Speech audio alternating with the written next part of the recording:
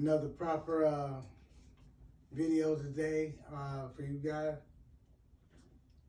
coming at you live.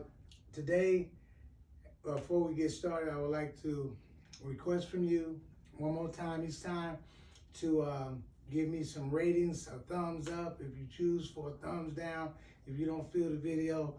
Just respond. It matters, but it doesn't really matter. I just like to know that you tapped in, you all tapped in, and you shared it with your friends, and let them tap in, let them put their opinion on it and see what they've gotten from this particular video and all the videos. But I also would like you to subscribe to my channel, because there's a lot of healthy, juicy, motivating videos that can inspire one to continue to grow in this thing we call life. All right, so just subscribe to Domestic Issues with the Counselor, Mr. James Horton. That's me. Domestic Issues, Town Business, Domestic Issues with the Counselor. All right, Oakland, California, Town Business. This paper is called Learn, Risk, and the Family Curse. It's called the Learn, Risk, and the Family Curse. All right, so roll along with me. All right, strap your seatbelts in. It says, learn, risks, and the family curse. It says, Dr. Andrew Billingsley once quoted that the family is the most basic institution of any people, the center and source of civilization. Within the intimate context of the family, individuals develop their concept of themselves, their values, and their worth in relation to others in their world. With that statement made, families run the risk of developing many negative behaviors and a negative concept of themselves. Let's see how it works, all right? Number one says, was your family home that you were raised in very familiar or very different than your peer friends, group, family that you grew up with? Yes or no? Was your family like your neighbor's family, or the neighbor down the street in the big house? Was your house anything like their house, right? Or was your house somewhat different, right? Now, man, we got this latest thing with Jada and Will Smith, and sometimes it looks good on the outside. I mean, the couples look good. I mean, the guy looks proper, and the woman looks good, and it looks like it'd be a perfect match. But you can't really match up stuff because of the way it looks on the outside, right? What's going on the inside? And was your family anything like your family's home on the inside? I mean, these kind of things, right? Number two, did your family make homework, studying, and education a high priority in your household? Yes or no? I mean, mine didn't. It was always something going on, man. It was always something going on, and I had just heard some recent stuff, again, tapping into Will, is that he had somewhat the kind of father I had, except his father was said to have a business, a job, and and some money coming in. My father, no job, drug problem, very violent, and beating on mama. So the beating on mama stuff it's almost the same, or exactly the same, but I don't know. I don't know if too many can beat what my father was doing. It was ugly, all right? And God bless you all, or many of you that might be experiencing that stuff, or might have experienced that in your upbringing, all right? So number three, was it a normal thing for your household family to store alcohol and use and abuse alcohol and drugs in your home? Yes or no? Was that normal? Because some people say, nah, we wasn't really, mom and them had parties like maybe 4 times a week, but it wasn't like normal. Okay, you're not hearing the question, right? Was alcohol and drugs or whatever okay in your home? Was that something that you were familiar with? Is the question, right? Number 4, Was it normal to see your family members abusing alcohol and drugs at all or most of the family gatherings like Thanksgiving, holidays, or or birthdays, right? Was it normal to see your family members abusing alcohol and drugs at all or most of the family gatherings like Thanksgiving and holidays or birthdays? Yes or no, right? You know, that's part of what go with the, you know what I'm saying, turkey and, you know, the dressing and all that kind of stuff. In many families, that's how that puts the spice on it. That makes it a real gathering, a real party. You know, how dare you not have no alcohol? That's the first thing people ask for. You think, you know, that the dressing and stuff might be the first thing, but it's not always true. You know. So number 5, was it normal to see family members fighting around you when you were growing up? Right? Was it normal? I mean, family members. It could be your uncle and your daddy. It could be your mama and your mama's sister. It could be all parents beating the heck out of the children. I mean, some of that seems normal, you know. But was it normal to you? Is the thing, you know. Counselor just asking a few detailed questions, you know. Number 6. Have you ever saw your father or any other man abuse your mother or other women in your family? Yes or no? Have you ever saw your father or any other man abusing your mother or other women in your family? Have you ever saw that? Have you saw that kind of thing? Especially, I want to say, not just for the men, but also for the women, but especially kind of for the men. I really want to touch my male brothers and also the sisters. So, you know, because, you know, some of us saw it, man. This is this learned risk, you know, this thing, man, you know, and it's family curse, man. It can curse you without you even knowing. You can hold back and go through most of your relationships and never hit a woman or never get into a violent act or nobody ever seen you violent. Like, again, my brother Will, it's never, I've never heard a story, right? You never heard a story. Some can believe that it's not in some of us, right? It's not in some of us, right? So number 7, did anyone learn from the men in their family that most women love to be abused by their male partner? Did anyone learn from the men in their family that most women love to be abused by men? Right? Yes or no? Did you learn that? Did you hear that? Because, I mean, you know, I've heard it. You know, do I want to believe it? No. And do I believe it? I don't know. I don't know all the way what to believe. That's why I'm doing the video for you, because I need your help.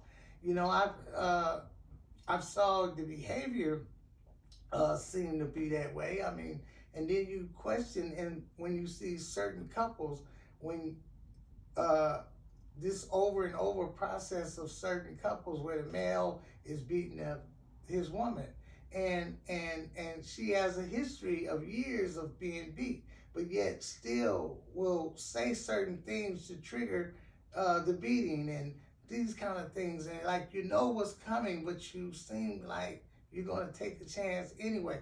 I don't mean that you should do what you believe somebody wants you to do. You shouldn't do it at all. You shouldn't put your hands on anyone at all. All right? So number 8. Has anyone figured out that some of the information you learned from your family during your early childhood upbringing about mixing drugs and alcohol with your relationships and how to treat women has been a curse and a blessing? 52 weeks of domestic violence classes. Has anyone figured out that some of the information you learned from your family during your early childhood upbringing about mixing drugs and alcohol with your relationship and how to treat women has been a curse and a blessing? And it's 52 weeks of domestic violence classes, right? Some say, "Oh no, man, what do you mean it's been a blessing?" Well, you finally got to a place to get some help. Some of the most dangerous relationships that one encounters is those that no one ever knows about, those that we keep a secret, those that we don't let anybody know what's going on behind closed doors, right? But sometimes when you've got to that place, because many women and even many men have died because no one knew. No one knew. You know, secrets die in the light of exposure. So we have to put some exposure on this stuff. You have to tell somebody, you know, because it can become a mystery. Someone's life is gone and no one ever knows what happened because it's been such a secret. Only thing people know from the outside is they have a great relationship. Oh, they're the model relationship for the world, that kind of stuff. So, you know, these things are not to be kept secret. You can't get help if you don't tell somebody, right? Number 9. Were you ever cursed by your mother and other family members saying things like your father wasn't nothing and you're never going to be nothing? Or were you told your father was a drunk and an alcoholic and that all you're going to ever be, and that's all you're going to ever be? Well, you have a curse like that, you know, my father was a dope fiend. You ain't gonna be no dope fiend. Your father wasn't no president of this corporation of the United States, and you will never be something because your father wasn't nothing. Were you ever hit by that? Because sometimes this leaves a scar and it's a curse on your life. It's a curse to tell children negative stuff about their parent and also saying negative stuff about them, especially during their upbringing, because what happens is we tend to believe what we hear. All right, we tend to believe that stuff, right? And we begin to function in what we've been fed. All right. Number 10. Statistics say that sons of alcoholics are 4 times more likely to become alcoholics than sons of non-alcoholics, right? That's what statistics say, right? And we're going to go on a little bit more.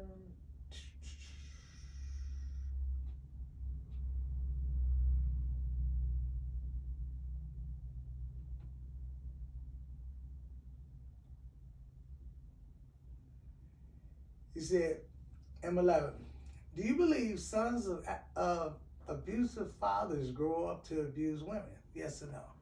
Do you believe sons of abusive fathers grow up to abuse women? Or do you believe we get with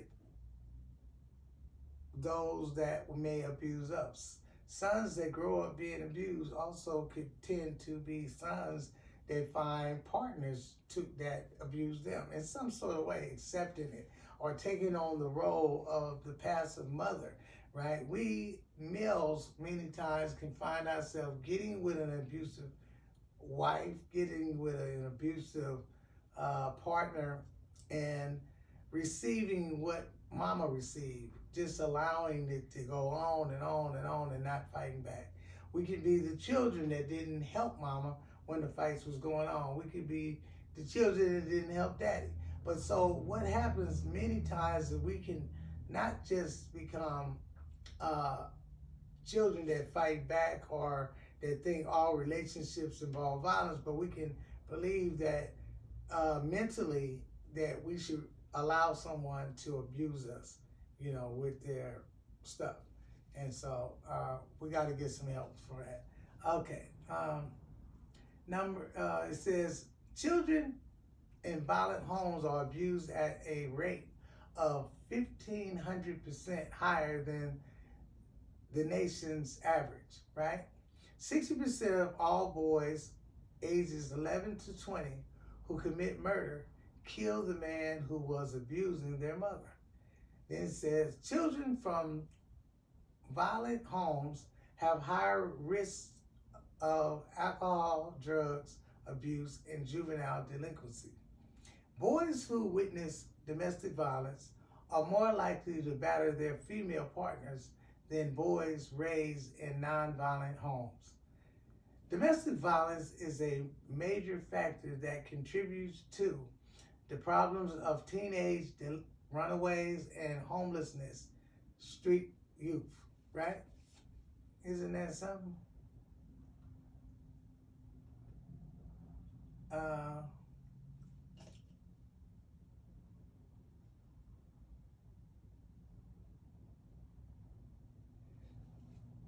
It says, the range of problems among children who witness parental violence include psychosomatic disorders such as stuttering, anxiety, fear, sleep disruption, and school problems. Children 5 or older have a tendency to identify with the aggressor and lose respect for the victim, right? We identify a lot of times. They say, studies say, I'll say, that many kids that become adults identify with the person that's doing the abuse. Not so much with the person all the time that's receiving the abuse, all right?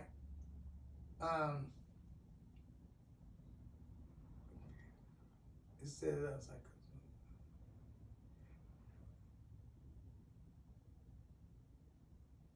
all right, so that's what we about to break this down. All right. It says cognitive effects on children, right? Cognitive effects. Children learn that violence is a normal way to deal with anger. They also learn that violence works because those who are victimized comply with the abuser demands to avoid further attacks. They learn that adults are not to be trusted, since promises are so often broken in these families. They may equate caring with abuse. They almost always believe that the abuse is occurring because the victim deserves it, right? They believe that. They believe that the victim deserves it, or it is for their own good. They believe, hey, if you put a strong hand down on your partner, if you put a violent attitude towards those out in the world that you may have a misunderstanding with, many of us tend to believe that you fight violence with violence. We don't believe that you fight violence or violent acts or abusive verbal attacks with surrendering or giving up your right to be right. We believe you fight it just as it comes to you, and that's going to fix the problem. But it's not going to fix the problem. I'm just going to tell you, as a counselor, it's not going to fix the problem. One must surrender and say, hey, I don't want any problems. You are the baddest. Let that person have their day. Let that person get some time to breathe and go on and find out if they're wrong about their actions. Let them be able to go and look in a mirror or walk past a window and see their reflection of what they just did. But don't fight it with the same mess that they coming at you with, because it's not going to fix anything. It's going to be a costly thing. It's going to be very costly. It can cost you your freedom. It can also cost you your life. So just try to be smarter. I always tell the group and my clients, learn to be smarter than the average bear, right? That's the best thing to do. Smarter than the average bear. Smarter than the average bear don't mean being violent as the average bear. Don't be average. Be unique. Be original. All right, that's going to be it for yours truly, the counselor. Again, subscribe to my channel, Domestic Issues with the Counselor, Mr. James Horton. Thank you.